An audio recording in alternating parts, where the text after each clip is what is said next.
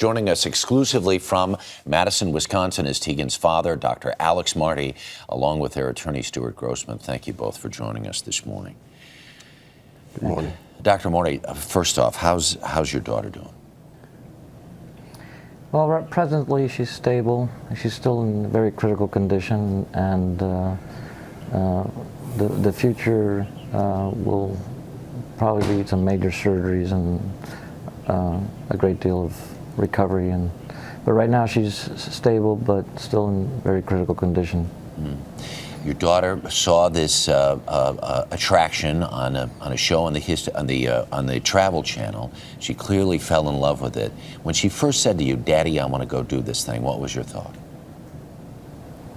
Well, we have relatives here in the Elgin, Illinois area, and we come up here almost every summer. And I felt that she wanted to do this. It was something that she's the type of child that doesn't ask to do many things, and it was part of a vacation. It wasn't we were just coming here to do this. We were going to do many things, and so I figured that it was would be safe and be fine to do. I didn't think that. Did you have any trepidation whatsoever when you got there? As you looked around, you were asked to sign a consent form. Was there anything that gave you any indication that something was amiss? No. I watched several people before her. The platform lifts all the way up to the top, and there's a safety net at 40 feet. So the person it drops from 140 to 40, so it's a 100-foot drop. And I saw several times that it was being done, and it looked like everything was organized and done well, except in this case, the platform went up and never reached the top, and we were waiting for it to go to the top, and they were trying to lift the net below, and before the net, when the net was still on the ground, all of a sudden, she's released from the bucket. Oh, man. And she falls 100 feet directly to the ground. That's, to me, it's just impossible to imagine that something like that could happen. You're a physician, so you run to your daughter's aid.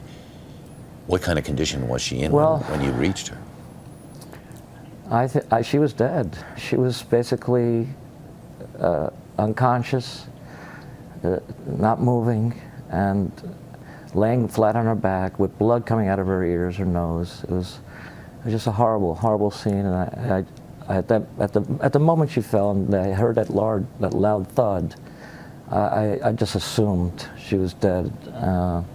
It was that horrific. Wow. Mr. Grossman, who is at fault here?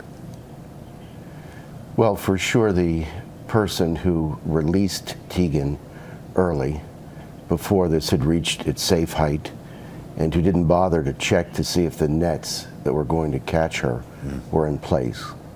And I think that the fact that you could release a rider prematurely tells you that there must be some design defect that could cause or allow that to happen. Right. There was no fail-safe method, Harry. No backup, no extra safety net. Yeah.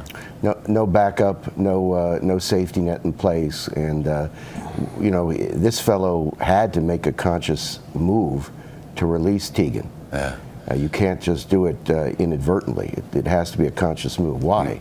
Yeah. I'm curious as to the issues that he's faced with. So we'll see. Dr. Marti and Mr. Grossman, we thank you very much for your time this morning. Dr. Marti, we wish your family the very best and hope Tegan a speedy recovery. Thank you very much for taking the time to speak with us today. Take care. Thank you, sir. Thanks, sir. Imagine.